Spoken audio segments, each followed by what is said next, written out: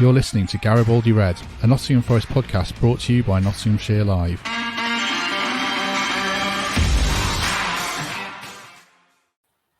Hello, welcome to a second Garibaldi Red of the week, a mini episode as we look ahead to Forest trip to Wolves and also Forest women against Derby at the City Ground on Sunday in the company of Forest manager Andy Cook. But before that, I'm joined by Birmingham Live's Wolves reporter Alex Dicken to look ahead what should be an absolute thriller, Alex, we were saying before we came on.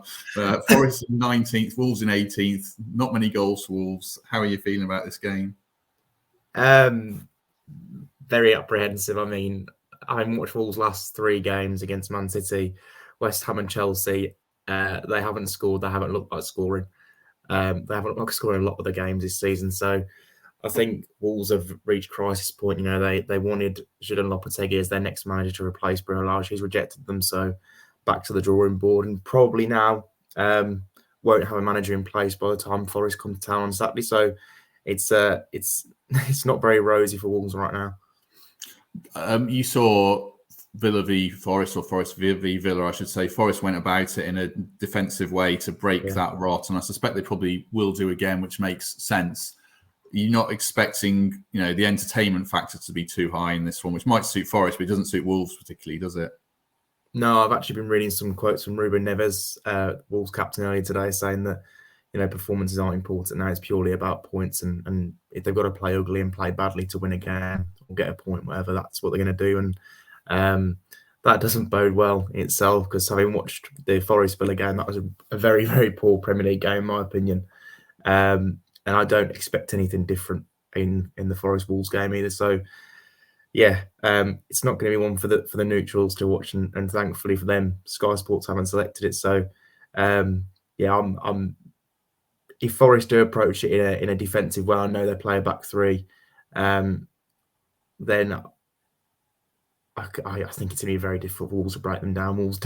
Wolves rarely look like scoring, so if Forest do part the buzz, then that's going to be difficult. And also Forest to have those players, Brennan Johnson, quite fast players on the counter attack who could potentially cause Wolves an issue there and nick a goal. So it's a dangerous fixture for Wolves, and I don't think the atmosphere amongst the supporters is going to be very good anyway, but it will be absolutely toxic if they lose.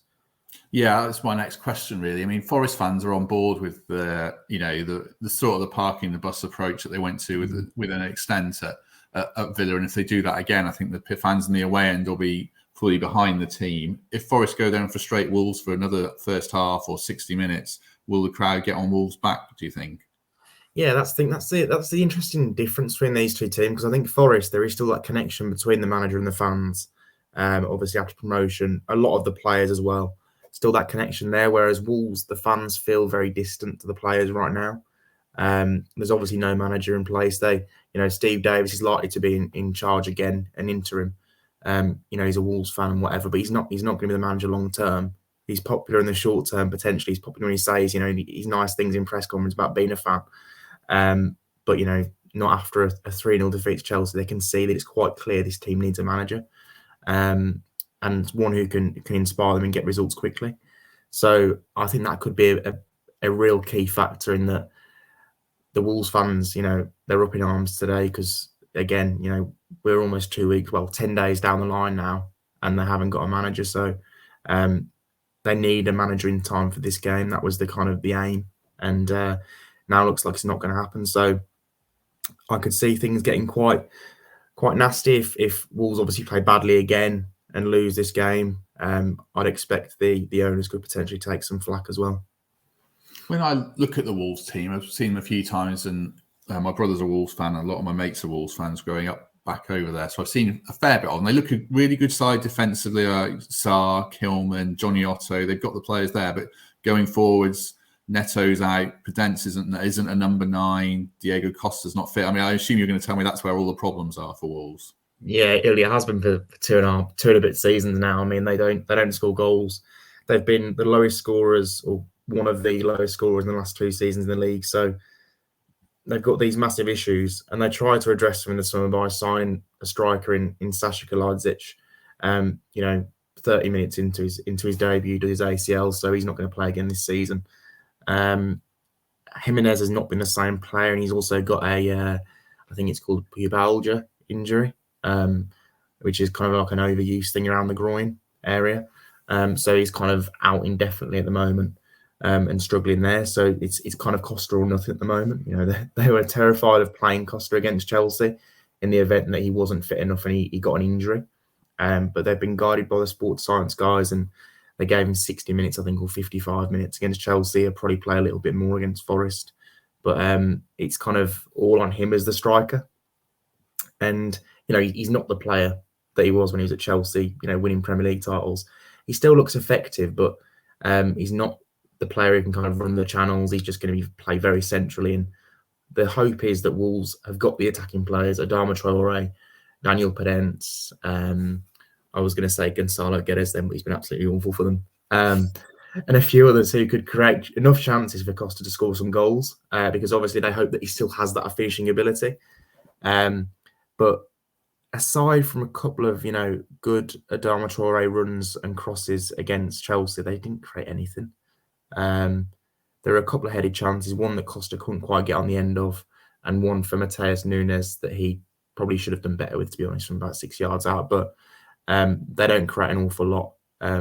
It's almost like towards the end of Nuno's reign in the 2020-21 season, their tactic towards the end of the season was literally give the ball to Adama Traore and let him do his thing and hope that he creates something. And that was the best avenue against Chelsea, and that's probably what it's going to come to. You know, if Wolves aren't playing well and want to sit deep and try and, you know, maintain a clean sheet, then it's going to be on Adama to go forward, produce a bit of magic, and hopefully create something.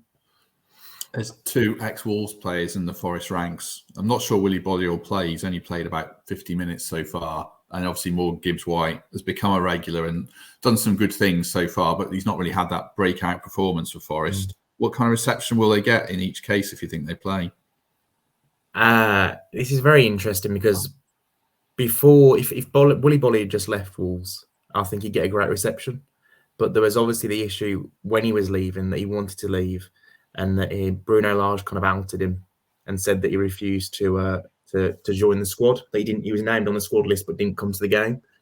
So that didn't look good from Bolly's point of view, and I think a lot of fans were obviously very cheesed off about that. I don't think he'll play, so I don't think there'll be a reception for him. But Gibbs-White, it's an interesting one. I think a lot of the Wolves fans are happy with the money they got for Gibbs-White. And obviously he wanted to leave, but he's still an academy player who wanted to leave. He wasn't massively popular with the Wolves fans even while he was playing with them. So there were a lot of fans that didn't kind of buy into what he was about and what he brought to the team. So I think it's a difficult one. I think that actually Gibbs-White was probably in his best moment with Wolves fans in the 2 months before he left. And then obviously, so I don't think he'll get a great reception, to be honest. I'd expect him to get the usual jeers and boos and things. But again, I don't think the focus is massively going to be on him because it's not, you know, Wolves have got bigger problems than booing Gibbs-White at the moment. Does he worry you, though, what he could do? He's on set pieces for Forest. He plays in that pocket on the half turn. He's been effective there. Is that something that can hurt Wolves, that kind of player? Yeah, he's a good player. He is a good player. I watched him pre-season. I was very impressed with him. I know Bruno made a big play to keep him at the club. But I do think Wolves have better attackers, to be honest. You know, I'd say Pedence. He's more effective. I think he's the most effective of Wolves forwards in terms of numbers. He creates a lot of chances given his limited attacking input in the game. Pedence for me is more talented. Adama Traore is more talented. They've got better players, better ready players. Gibbs-White's so young, obviously, in those positions. So I don't think Gibbs-White would have been a guaranteed start had he stayed, to be honest, the way it played out. But the other argument, the other side of it, is that Gibbs-White was sold and almost replaced directly by Guedes. And he's been awful. So yeah, I think most Wolves fans there would probably have rather have kept Gibbs-White and not signed Guedes, to be honest. So yeah, he's a good player and someone that Wolves will fear, but I think they'll fear Brennan Johnson a little bit more. How are you viewing the game in terms of, I mean, we've spoke, it's not going to be the most exciting, but does it feel like a big game in terms of the potential point swing? Because from Forest's point of view, if they win it, they might go out the bottom three, which sounds mad because of, you know, the run of form they were on, but it shows how tight it is. And in turn, I mean, that would put a lot of pressure on Wolves, wouldn't it, if they lose at home to Forest? Yeah, I think straight after the Chelsea game last weekend, Diego Costa an interview and said that this is a must-win game. This game, the next few games for Wolves, to be fair, they've got a decent run of fixtures now, winnable games, I'd say. But then again, we thought the ones at the start of the season winnable as well. So, the pressure on Wolves, I think, is greater than Forest. Forest coming to Molineux, I'd expect to sit in and make it frustrating for Wolves, and the onus will be on Wolves to go and break them down. And that is not a scenario that Wolves enjoy. Their best football in the past have been played, in the last year, where teams have come and opened up and played against them, and they've been able to, break them down. Whereas when teams come and sit in, they really struggle. They haven't got those players who can find pockets of space, like a Gibbs White or something like that. So the onus then will be on Daniel Podence to get into those pockets of space and create those chances. Obviously, we've mentioned Adama Traoré already. And also Ruben Neves, who'll be back in the team after suspension. So they've got the players to do it. But, if Forest come and part of the bus, history tells us Wolves don't like that situation. I'd expect them to struggle. And if they do struggle, there's also every chance if Wolves throw a caution to the wind that Forest could catch them on the counter-attack. Just lastly then, do you think, are Wolves fans underestimating Forest at all? Do you think they see the league table, they see the cascade of goals they conceded and the narrative around the signings, and are Wolves fans thinking this is 3 points in the bag, or are they a bit more wary because of the problems they have themselves? Yeah, they're wary because of their own problems. They see it as must-win, and it'll be, disaster if Wolves lose to Forest. Even if Wolves don't win, to be fair, that's bordering on disastrous as well. But I don't think that there's anyone of the Wolves' persuasion underestimating any team at the moment, because they've been so poor this season. Not necessarily in performance. Some of the performances early on were quite promising. I think back to the Tottenham game. Newcastle at home was good until they messed it up at the end. Southampton was fine, but they probably shouldn't have won that game. That was their only victory in the league. So Wolves, can't turn their nose up at any Premier League victory at the moment. So they definitely won't be underestimating Forest. No, Southampton was the one where Shea Adams handballed it on the line, wasn't it? That cost them a bit. Yeah, brilliant. Right, Alex, I'm going to let you go because I'm going to tee up this interview with Andy Cook about Forest women now, but I appreciate your time. So thank you very much, mate. No, it's grand, no worries. You can remove yourself if you want. Oh, okay, mate. Sorry, I thought it was it's fine. I'll jump out. I thought you were stopping. I was going to end it then. I'm hovering over. I'm ready to end it. All right. Cool. I'll see you later. See you later. Bye. Right. I shall just play this interview with Andy then, and then I'll see you on the other side, and we'll talk about next week's podcast and the plans for that one. So do listen in to Andy, and hopefully a few people can go to the game and give Forest women their support. Hi, Andy. Thanks for joining me. A big week for your team heading into a game against Derby at home at the City Ground on Sunday, the 16th of October, 2 p.m. kickoff. Tickets are £5, £3, £1, adults, children, concessions. So I'll get an early sales pitch in there, and hopefully we can encourage a few people to come along. How are you feeling about the game? Yeah, we're quite quietly confident. I think we're quite happy with our start. Would have been a little bit better if we'd have got something in the Wolves, and obviously taking a point away from Burnley wasn't too bad. But yeah, we're quietly confident. It's something that we're talking about a lot. Is we just kind of focus on the next session or the next game, and before the game on Sunday, we've got to play Loughborough on Thursday night at home as well. But the excitement that's building around playing at the City Ground is something that you can't get away from. And to be honest, from myself and all the players and staff, we can't wait to turn up on Sunday and to play the game, because just getting to play at this famous stadium is unbelievable. If we look at this season so far in the National League Northern Premier Division, you're sixth. Only one goes up, and we've spoken about how that's a nightmare. That seems desperately unfair. But you got 2 games in hand on Burnley, Wolves, Stoke, and Huddersfield, and Derby are 1 place above you. So it's going to be a competitive game. I mean, are you happy with how you've gone this season? Yeah, like I said there, I think we're relatively happy with it, and it's something that with having 2 games in hand already so early in the season, we feel that it's one of those, we know what we have to do in those fixtures, and as I mean, everyone wants to win every game, but when you have to win, there's just there's a subtle change in mindset, and that's something that we know we have to do in those games in hand, and so we're quietly confident with it. But I think, like anything, it's quiet confidence. We know what we're good at. We know the players that we've got. I believe in every member of the squad that we've got this season, and the quality that they're showing in training every week is something that's gonna see us through, and it'll be good.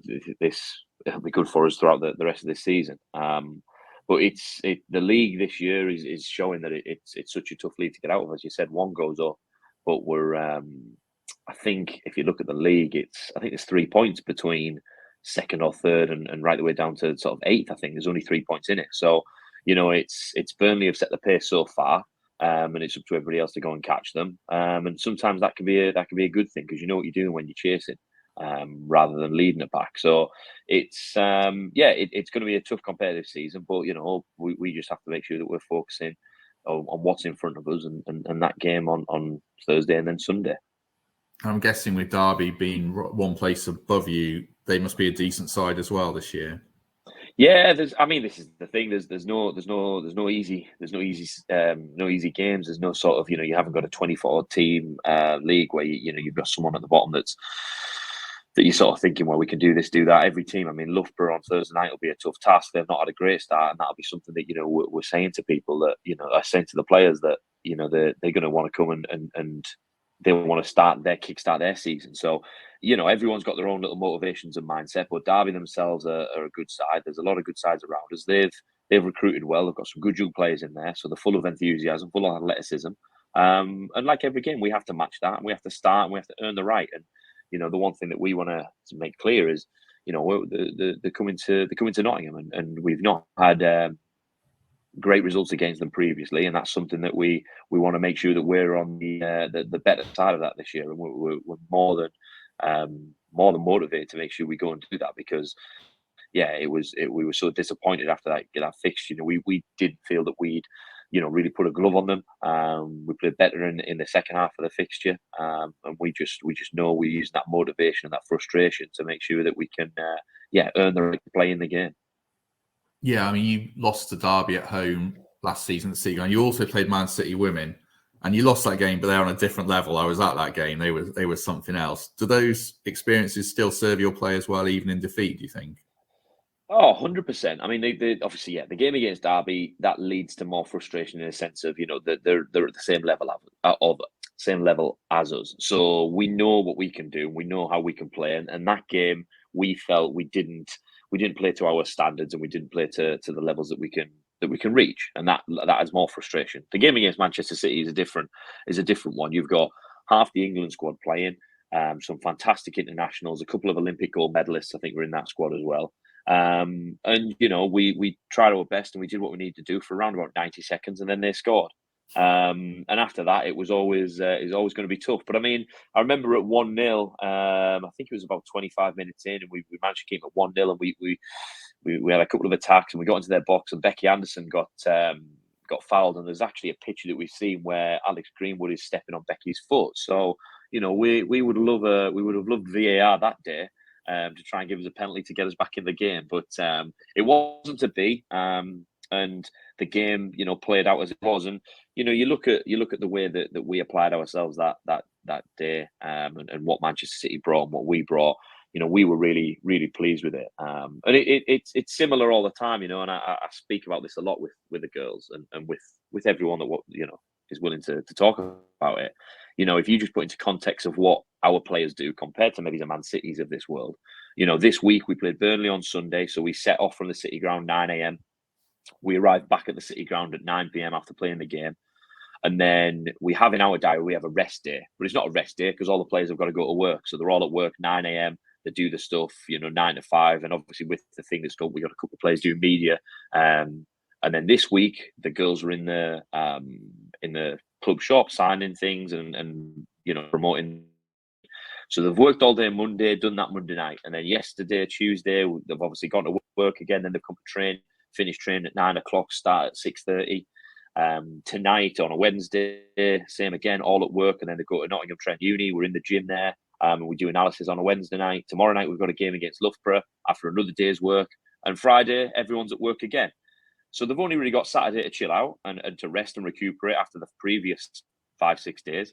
And then we got to turn up to the City Ground and play against Derby. And that's something that, I'm in awe of the players, really, because, there's they don't get paid for it. They're not at a level to get paid for it. They do it for the love of the game. They do it for the fact that they want to represent Nottingham Forest in the best way possible. They want to get Nottingham Forest into the Championship. And the amount of commitment and desire and love that they show for the club is unparalleled, absolutely unparalleled.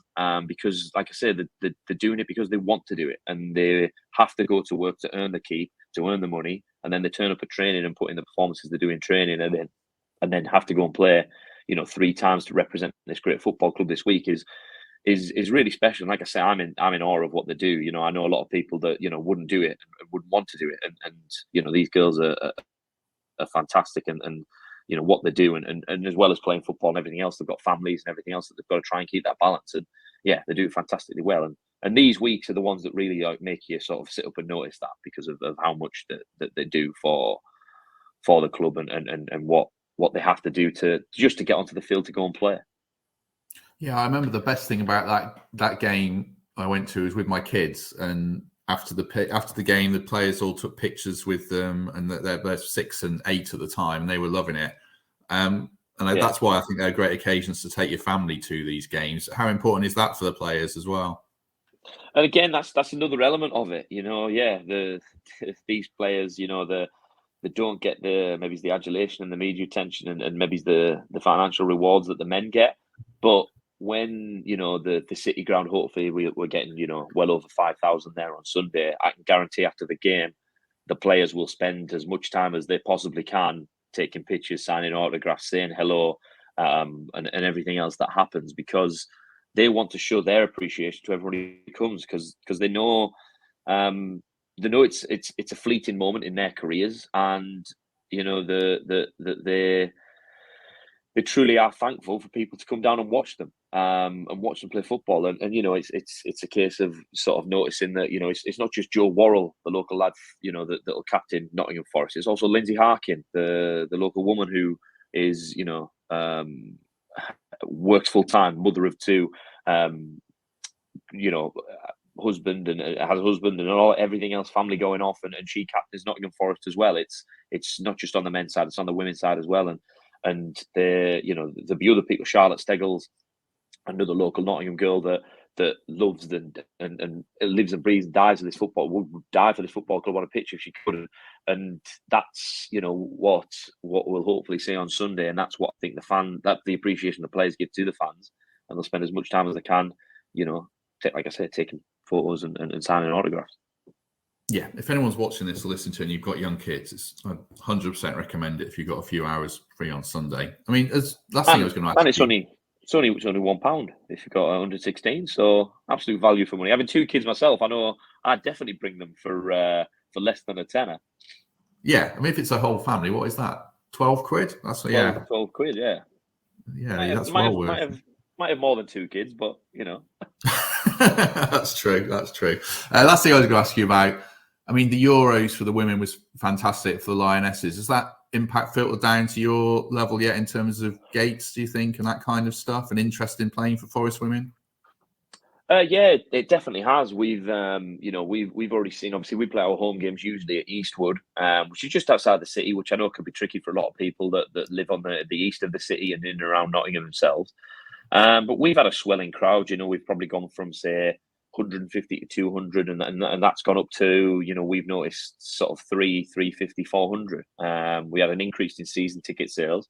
So it's filtered down in that sense. And I think people, want to come and support the football club. And it's, I think maybe, it's the start of you support the football club now. And I'm from the northeast, from Middlesbrough, and I know supporting the football club used to just mean you support the men that play on the Saturday at 3:00. And I feel now that the football club is, and this is across all clubs, across the country, it's very much, you've got the men's side, you've got the women's side, you've got under 21s and under 18s, and whoever's representing the side and wearing the Forest badge is who you support. And I think that's starting to see that. And off the back of the Euros, purely for the women's game, I think it's been fantastic. The fact that it was on home soil and we got to the final, we managed to win and to beat the old enemy in Germany have finally in a final to since sort of '66. Obviously, that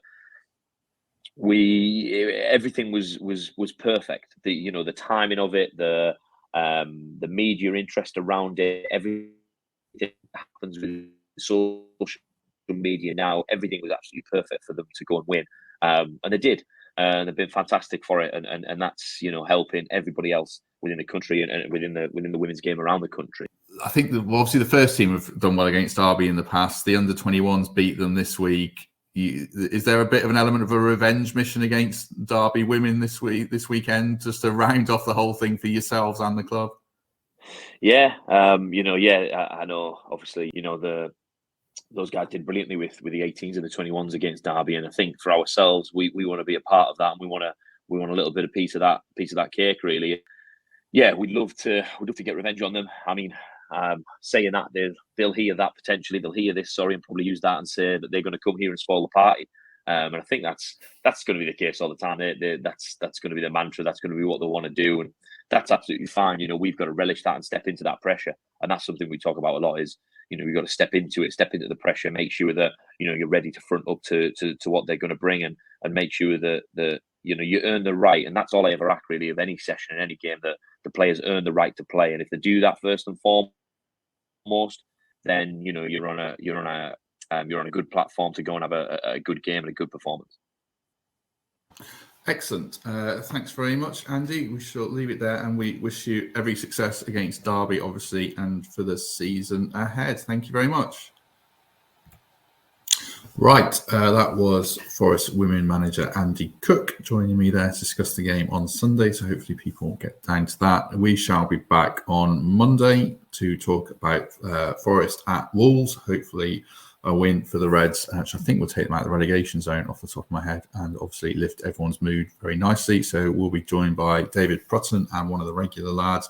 And we'll also touch on the change behind the scenes in the recruitment team with George Sirianos and Andy Cook leaving the club, and what we think that means going forwards into January. So we'll touch on that, and obviously the game in full. Right, thanks very much, everyone. Hopefully you enjoyed that, something slightly different.